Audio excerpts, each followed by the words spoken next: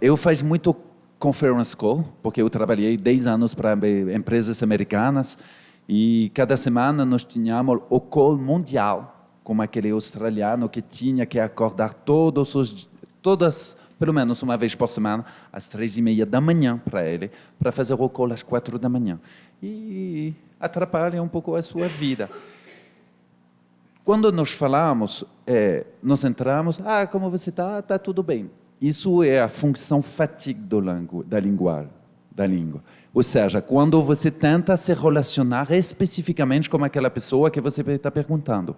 O que nós percebemos é que uma maneira de humanizar a comunicação, você está falando especificamente no âmbito de trabalho, tudo isso, é continuar as perguntas. Ou seja, focar, ter interesse de verdade.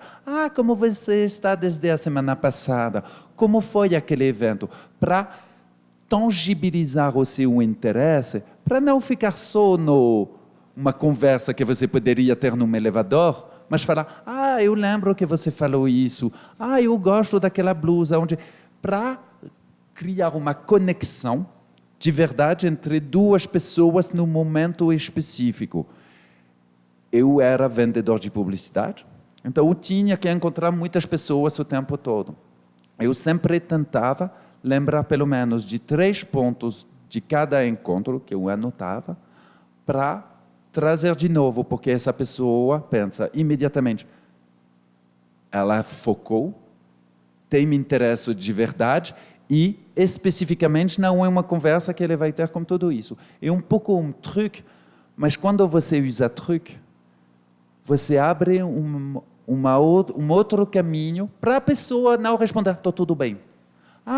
Verdade, tudo isso. E começa a conversa fluindo, porque no final das contas, o que eu percebi, na comunicação, na troca de mensagem, você tem que abrir o fluxo um pouco para que essa comunicação seja mais aberta, não seja parada no coração fechado de, estou tudo bem. O que você vai falar depois? Ok, está tudo bem, vamos lá. Então, eu uso isso pessoalmente. Eu queria comentar, eu acho que é isso, mas é também... Bom, a minha primeira resposta mais imediata seria... não sei, não tem fórmula, sabe? Eu acho que quanto mais fórmula a gente busca, mais desumanizando a gente está. Então, eu te diria assim, qual que é o segredo para humanizar a tecnologia no contexto X? Vamos entender esse contexto? Então, é dentro de uma empresa? É na convivência entre os funcionários? É na escola? É na convivência entre os professores e os alunos? É em casa? Porque na minha família todo mundo está meio viciado em celular e a gente quer criar umas regras. Então, assim, primeiro de tudo, eu te diria, sei lá, não tem muitas fórmulas. Acho que tem alguns parâmetros, né? Acho que a gente pode partir de alguns acordos. Mas mesmo esses acordos, eles têm que ser daquele lugar, daquele contexto, né? Então, sei lá, eu quero ter uma relação mais humanizada com as tecnologias porque eu estou ficando enlouquecida, porque quando as pessoas visualizam e não respondem as minhas mensagens, eu quero matar elas. Então, se é esse o seu objetivo, então, né, vamos trabalhar esse objetivo. Então, como humanizar nesse contexto, né? Então, a primeira coisa, assim, minha resposta mais imediata é: não tem fórmula. Quanto mais fórmula a gente busca, menos humanizado a gente está sendo. E a gente precisa entender os contextos e as pessoas envolvidas e o que está em questão de fato. Tipo, por que aquela comunicação, aquela tecnologia está sendo enxergada como algo que está roubando a possibilidade daquelas pessoas se comunicarem. E aí, por exemplo, para estabelecer uma relação mais saudável com as tecnologias, eu sempre falo, saia do automático. Né? Então, se o automático visualizou, não respondeu. Por quê? Sabe? Se pergunta por quê. Por que você está esperando aquela resposta tão rápida? Porque, assim, às vezes, por que você vai responder tão rápido também? Porque, às vezes, a gente responde só para tirar da frente, né? E a gente nem responde, porque a gente nem se conectou com o que aquela pessoa falou do outro lado. A gente responde só para, sei lá, marcar lida lá no bichinho do negócio. Enfim, então... Saia do automático, né? Se pergunte por quê. Acho que esse é uma dica. Eu só iria acrescentar, é muito verdadeiro. Quando você está na frente de uma pessoa, dá para olhar o corpo, como a pessoa cheira, como ela está, se ela está assim. Num call, num WhatsApp, não dá para sentir isso. E muitas vezes a comunicação escrita é ainda pior porque você não sabe. Imagina, você está mandando aquela mensagem, só que o filho, aquela criatura que está pegando, e você está cozinhando, não dá para responder. Então, contextualizar é ainda mais complicado com tecnologia, porque quando é comunicação pessoal, dá para ver, dá para sentir, dá muito mais informações. Então, nós temos menos informação para fazer aquele trabalho muito importante.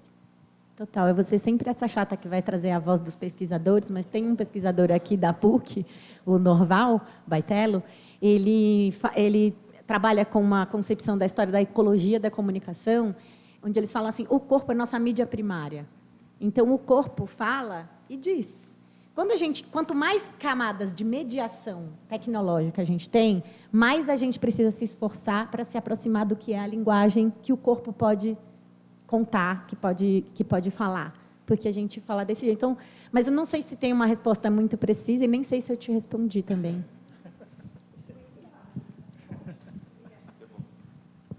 Mas, o pessoal que está pesquisando o slow media, o slow journal, trazendo isso muito para a coisa das mídias mesmo, tem alguns parâmetros. Então, ser transparente, trabalhar com comunidades, se conectar ao que é o saber primário dessas pessoas para tentar estabelecer conexões mais verdadeiras. Tem alguns parâmetros, mas eles são sempre aplicáveis ao contexto ou não. Né? Se você quiser concretizar mais, tipo, descer para o chão mesmo, sugeriria o manifesto Slow Media, um movimento que está tentando humanizar essa coisa da comunicação e da tecnologia. Diga. Vai. Não, só um comentário. Acho que nunca ninguém na escola teve aula de humanização. Né? Ninguém. Agora está virando moda. E vai virar. Né? Os robôs chegaram. Voltemos a ser gente. Na França nós tínhamos, acabou, educação cívica, que era como interagir com as pessoas. Nós tínhamos, infelizmente, faz quase 20 anos que nós tiramos da educação nacional, mas nós tínhamos educação cívica para como se comportar com pessoas diferentes, tudo isso. Eu tenho até na minha família um rapaz, bem íntimo mesmo, a sobrinhada toda.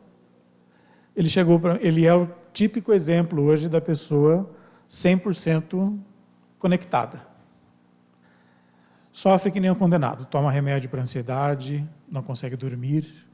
Ele é um exemplo típico. Ele chegou para mim e falou, tio, o senhor que sempre foi meio louco, fez teatro, estudou filosofia, fica falando desses papos, etc. Tal. Ele falou para mim, isso muito recentemente, falou, eu estou precisando de ajuda. Porque ele já tem uma certa idade, ele não conseguiu estabelecer vínculo com ninguém ainda. Só que tem 450 contatos nas redes. Foi a primeira vez que ele pediu ajuda. Ele falou, eu não estou mais aguentando ser dessa forma. E ele tem uma dificuldade gigantesca de estabelecer um vínculo por mais de 3, 4 minutos, olhando na cara e sentindo a pessoa. Esse verbo está desaparecendo, a gente vai ter que resgatar. Para mim, humanizar é tirar tudo aquilo que é lógico e linguagem e saber que você tem vida, experiência, história, sentimento e um ponto de vista que é único e que eu não vou catalogar nem colocar em nenhum tipo de parâmetro. Você é única e se eu for estabelecer uma comunicação humanizada com você, eu quero saber o que é único em você e dar um valor para aquilo que é só seu. E o que a gente mais vê é alguém exatamente minimizar essas características que são individuais.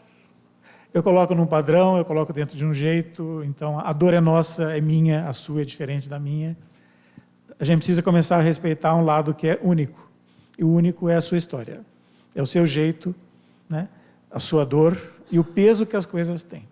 Para mim, a comunicação é a hora que a gente tira esse aspecto e as pessoas se respeitam como únicas. E o que a gente vê mais é o julgamento imediato ou então a comunicação como duelo. É alguém prevalecer sobre outro. Isso é extremamente irritante. Você chega, como você vai? Né? A pessoa fala, olha, eu vou bem, mas daí você fala alguma coisa, ela fala, mas o que você acabou de falar não faz sentido. Fala, não enche o saco, eu não quero duelar com a pessoa.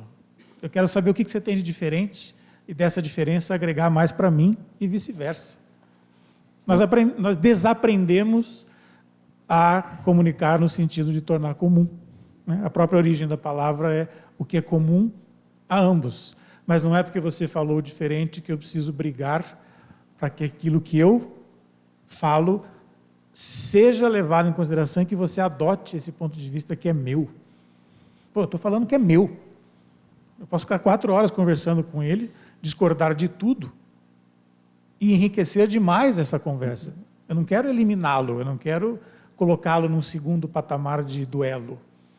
Então, humanizar, eu acho que é você simplesmente saber que a pessoa tem um conjunto de coisas por trás e você vai descobrindo aos poucos, né? E vai tentando ver quais são esses sinais. Como ela falou, não tem uma fórmula, mas é um resgate de coisas que nós esquecemos. Um dado, eu sou muito cara dos dados, que eu uso muito. Quando você entra numa loja física, dá para ver se for minha mãe ou eu, e o garçom, a pessoa vai se comportar de um jeito ou do outro. Quando as pessoas entram num site de e-commerce, por exemplo, a taxa de conversão é entre 3, 7, talvez até 10%, e isso é maravilhoso. Isso é uma ilustração de o quanto desumanizada uma comunicação através da tecnologia num site, que fica o mesmo para você e para eu, que não funciona. Então, a humanização também na comunicação profissional foi uma das coisas que nós falamos, por exemplo, na publicidade, usando toda a tecnologia, porque um anúncio para eu, para você, não deveria ser o mesmo, o site não deveria ser o mesmo.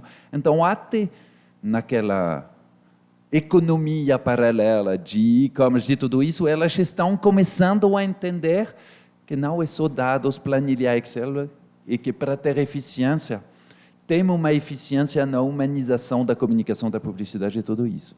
É interessante olhar para isso, né? Porque, na verdade, quando a gente vai para o Netflix, quando a gente vai para todas essas novas Amazon, enfim, Airbnb, todos eles te dão, a inteligência artificial está tentando buscar uma maneira de individualizar a tua busca e de fazer com que aquilo seja feito exclusivamente para você, né? E tem uma outra questão, está tentando. Tentando, né? São modelos estatísticos funcionando por porcentagem. Exatamente. Que adora falar disso. Exatamente. E a gente também vê um movimento, além disso estar acontecendo e das tecnologias, de uma certa forma, entendendo que a individualidade ela é algo importante nessa compra ou nessa busca, a gente vê do outro lado também as empresas. Eu escutei de uma cliente essa semana falando: eu não quero mais saber de padronizações de perfil aqui dentro da empresa. As pessoas tentaram, nos últimos 10 anos, colocar as pessoas dentro de caixas e fazer com que as pessoas pertencessem ao perfil X, ao modelo Y, ao não sei o quê, e tentaram colocar as pessoas nessas caixas e não está dando certo mais. Porque se a gente quer um mundo de inovação e de criatividade, eu preciso olhar para essa individualidade. Então, faz todo sentido isso que vocês estão falando.